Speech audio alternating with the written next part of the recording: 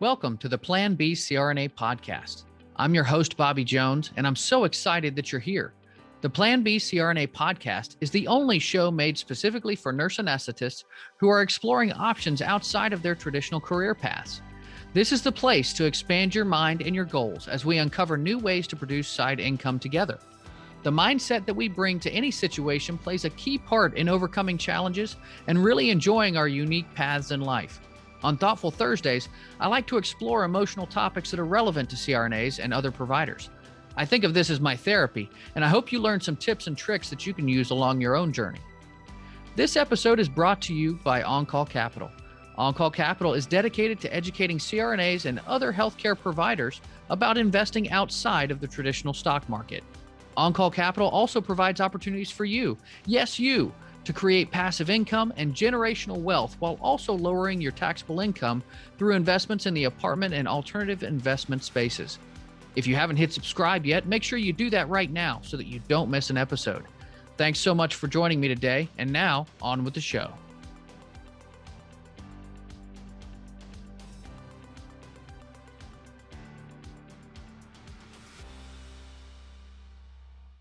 Welcome to Thoughtful Thursdays on the Plan B CRNA podcast. I'm your host, Bobby Jones. As always, I like to start these podcasts off with a quote that gets me thinking. So here we go. Quote, I have written 11 books, but each time I think, they're going to find out now. I've run a game on everybody and they're going to find me out. This quote is from none other than Maya Angelou. Yes, the great Maya Angelou had self-doubt, even after writing some of her best works. This is a truly personal topic today, but I'll try not to get into the weeds too much for you. Today, I'd like to talk about imposter syndrome. As a new CRNA, I felt on top of the world. I had the perfect family, the perfect job, more income than I'd ever had, and my ego was bursting. However, there is a pressure in this to be perfect, and I had this nagging at the back of my mind. Sure, you passed your boards, but you're not good enough. You were a B student in an A+ profession. They're going to figure out how bad you are any minute. You're a fraud. You can't hide that forever. These feelings of inadequacy didn't just start in anesthesia school for me. I actually recall them first in middle school, which is a socially awkward time for most anyone. But I learned at a young age that I couldn't actually be vulnerable or have emotions. In other words, I couldn't be real. This prevented me from developing real friendships over the years. I felt like an outcast in anesthesia school, only accepted by my classmates at a distance. Meanwhile, my alcohol consumption rose to unhealthy levels as I coped with the stresses of studies and family life. 1 year after becoming a CRNA, my wife and I separated.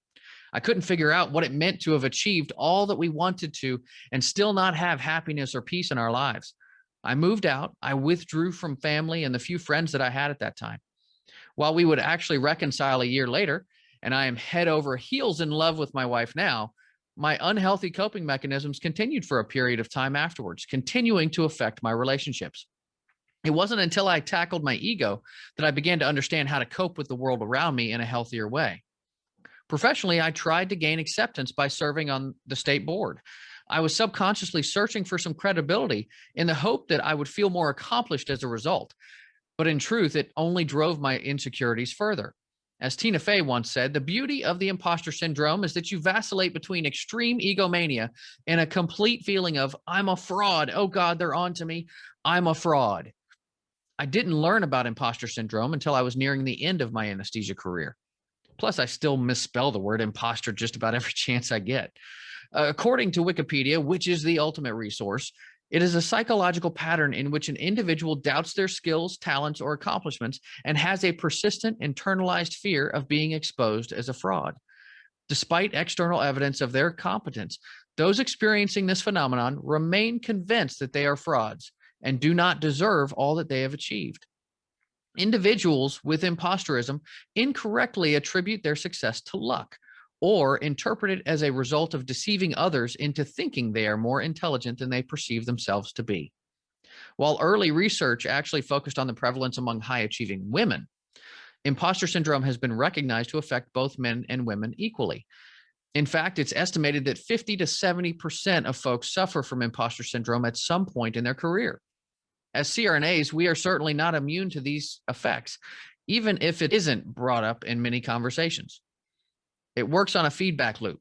When given a task, as in from work or school, feelings of anxiety and self-doubt follow. There are two reactions to these feelings. A person will either respond with over preparation or procrastination. If the task is completed with over preparation, the successful outcome is attributed to hard work and not necessarily personal ability. With successful completion resulting from procrastination, the outcome is attributed to luck instead of personal ability. Remarkably, it doesn't matter which mechanism is used to complete the task because we don't give ourselves credit either way. Positive outside feedback has little to no effect on one's perception of personal success. An individual will instead discount the positive feedback, and the sequence of events serves as reinforcement for the next time, and the cycle just continues. As you can see, imposter syndrome results from the seeds that you actually water in your own brain. Do you give more water to the negative thoughts or to the positive ones? This process is about more than just false optimism, though. It's about reframing the way you look at yourself. It isn't just about learning how to accept and believe compliments, but about learning how to be your own person and be comfortable in your own skin. In essence, it requires an improved state of emotional intelligence to overcome. I've learned to battle this with help from my children, and I now work hard to own my own feelings. My kids can't make me frustrated. It is my choice to get frustrated over any situation.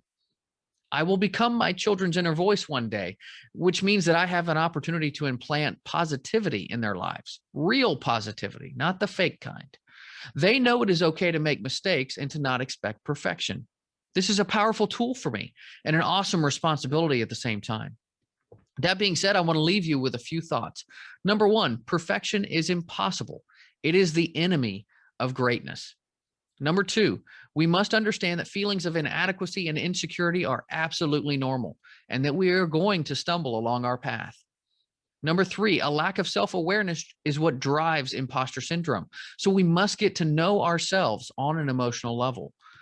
Number four, we act in accordance with how we view ourselves. For more information, I encourage you to check out our show notes. I've included several useful podcasts and articles on the topic. As always, I'd like to thank you for listening to the Plan B CRNA podcast. If you found value today, make sure you hit subscribe so that you don't miss an episode. We also want to hear from you. If you have a question, comment, or topic that you'd like me to cover in an upcoming podcast, make sure you rate and review on your podcast player. I check those all the time and cover those questions in other podcasts. I hope you'll join us next time. This is Bobby Jones signing off.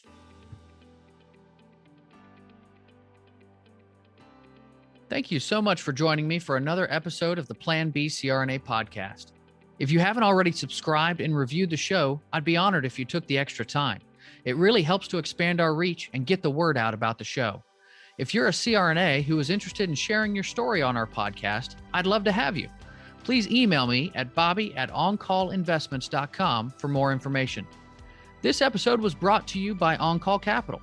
They are dedicated to helping providers like you develop passive income and generational wealth through investments in the apartment and alternative investment spaces. Feel free to check out their website at www.oncallinvestments.com and subscribe to their free educational email series. You can find On Call Capital on Facebook, Instagram, and Twitter. You can also check out our YouTube page, where you'll find all of the show episodes along with other educational videos. Thanks for listening, and we'll see you on the next episode.